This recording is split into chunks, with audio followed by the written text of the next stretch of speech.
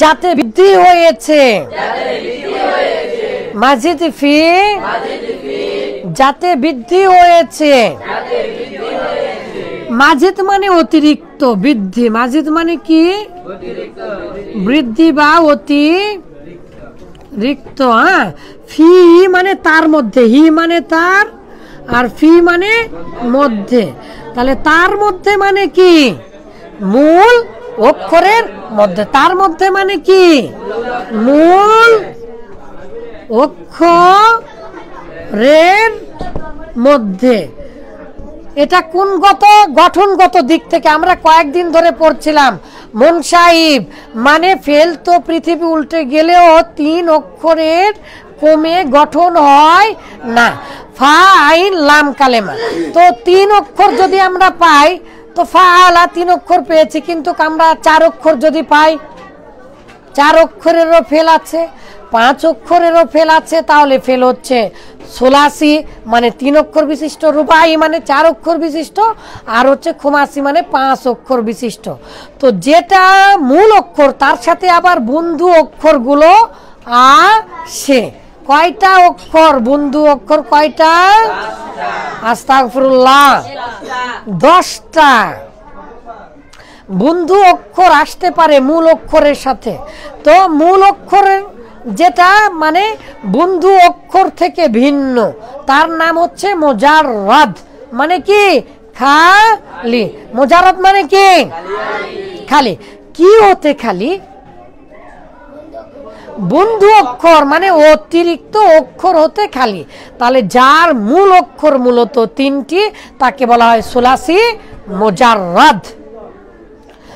আর যার মূল অক্ষর 3টি, মূল অক্ষরের মধ্যে কি হয়েছে? অতিরিক্ত। এখন আমি যদি বলি সুলাসি মাজিদ ফি, কি বলি? সুলাসি মাজিদ ফি, সুলাসি। তার মানে মূল 3 অক্ষরের মধ্যে অতিরিক্ত অক্ষর বৃদ্ধি হয়েছে। তাই হলো না? পৃথিবীর প্রত্যেকটা ফেল হয় মানে বাব হয়ে, হয় সেটা মুজাররাদ হবে, না হলে সেটা কি হবে? মাজিদ ফি হবে। তাহলে সেটা ফেলেরই তো হবে। আর পৃথিবীর প্রত্যেকটা ফেল হয় সেটা সোলাসি হবে, না হয় সেটা রুবাই হবে, না হলে সেটা খুমাসি হবে। তাহলে এখন প্রশ্ন হচ্ছে, আমি এখন বলেছি সোলাসি মাজিদ ফি, কি? সোলাসি মাজিদ ফি। তো সোলাসি মাজিদ ফির মধ্যে যেটা ছাড়া আরবিরাও পারবে না, পৃথিবীর কেউ আরবি পারবে না, যেগুলো ছাড়া পৃথিবীর কেউ আরবি ভালো পারবে না, শত শত আরবি বোঝে না, শত শত বাঙালি বাংলা ভাষা লিখতেও পড়তে পারে না এখনো পর্যন্ত। আর অধিকাংশ শিক্ষিত মানুষ বাংলা বানান করতে পারে না। কি বললাম? এগুলো কথা রেকর্ড হচ্ছে, ঠিক আছে, ভিডিও হচ্ছে, সমস্ত পৃথিবীর বাঙালিরা শুনছে, এগুলো কথা প্রমাণিত। অধিকাংশ শিক্ষিত মানুষ বাংলা বানান করতে পারে না। হাই কোয়ালিটির যারা শিক্ষিত, একেবারে উচ্চ মানের, তারা ছাড়া, ঠিক আছে? তো এত সহজ নয়।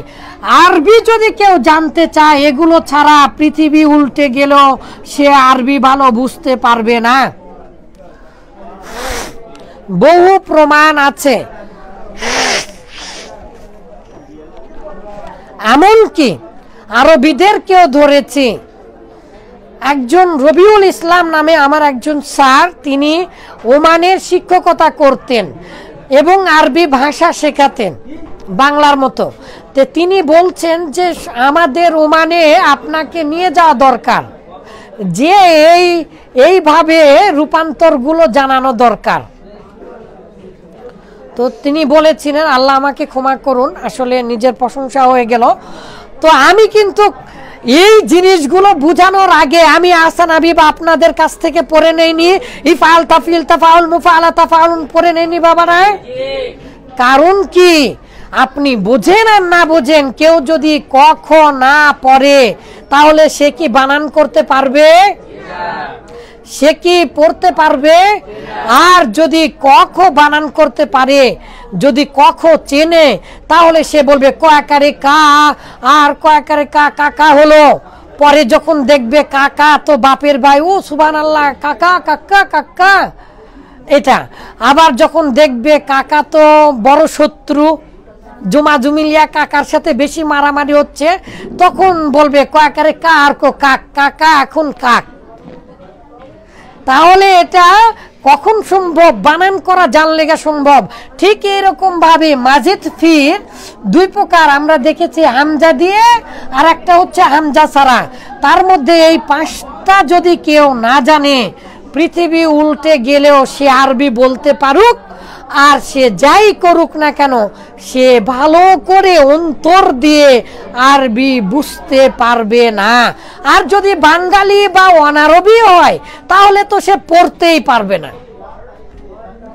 তাহলে সে পড়তেই পারবে না। অর্থ তোলা তো দূরের কথা, কোরআন বোঝা তো দূরের কথা। আমাদের মতো কত আলিম ওলামারা ভালো করে অর্থ উঠাতে পারেন না কোরআন হাদিসের, তাহলে মজা পাবে না?